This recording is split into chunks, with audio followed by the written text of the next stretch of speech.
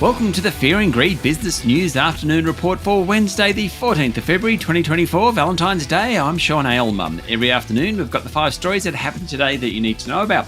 Story number 1, the S&P ASX 200 fell 0.7% today to close at 7,548 points. It followed a big drop on Wall Street after surprisingly strong inflation figures in the world's largest economy. Locally, there were a stack of profit earnings out today. Commonwealth Bank was the biggest, announcing a 3% drop in cash profit on lower margins from intense competition in the mortgage and deposit markets. Its share price fell nearly 2%.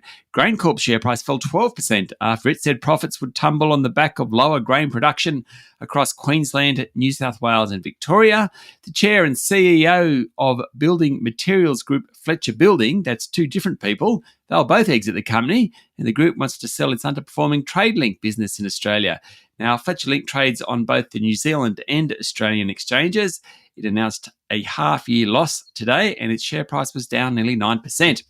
Contracted downer EDI lifted its net profit for the 6 months to December, sending its share price up 12%, the best of the top 200, while AMP's share price jumped 10% after the group said it would return more money to shareholders through either dividends or share buybacks. A very busy day on the earnings calendar. Story number 2, higher than expected inflation figures in the US. I mentioned them a moment ago. Well, they've pushed back the date of any interest rate cuts in the world's biggest economy. The annual US Consumer Price Index fell to 3.1% in January from 3.4%.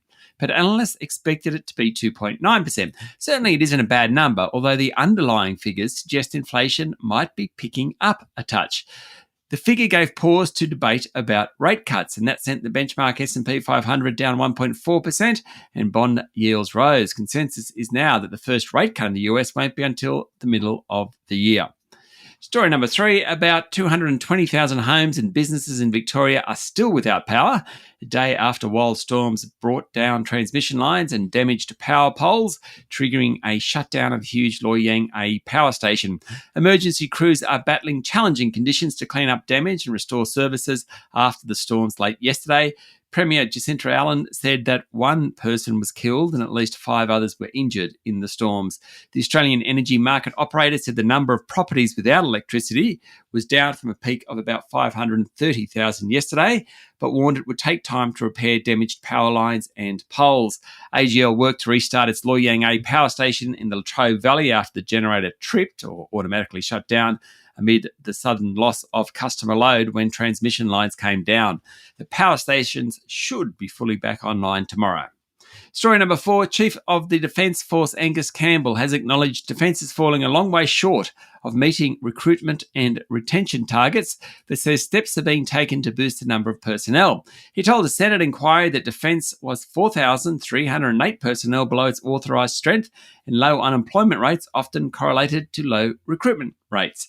Meanwhile, Defence Department Secretary Greg Moriarty admitted his department needs to continue making strides to achieve excellence following criticism from Defence Minister Richard Marles.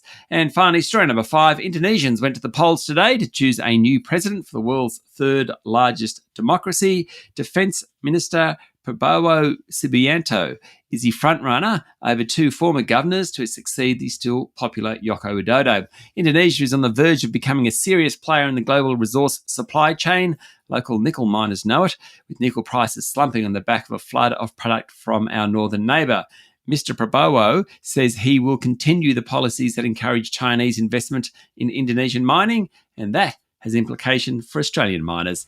That's it for the afternoon report for Wednesday, the 14th of February, 2024. Don't forget to hit follow on the podcast and find Fear and Greed on LinkedIn, Instagram, X and Facebook. Join Michael Thompson and I tomorrow morning for the Fast 5 by Fear and Greed. The top 5 business stories you need to know in just 5 minutes. I'm Sean Aylmer.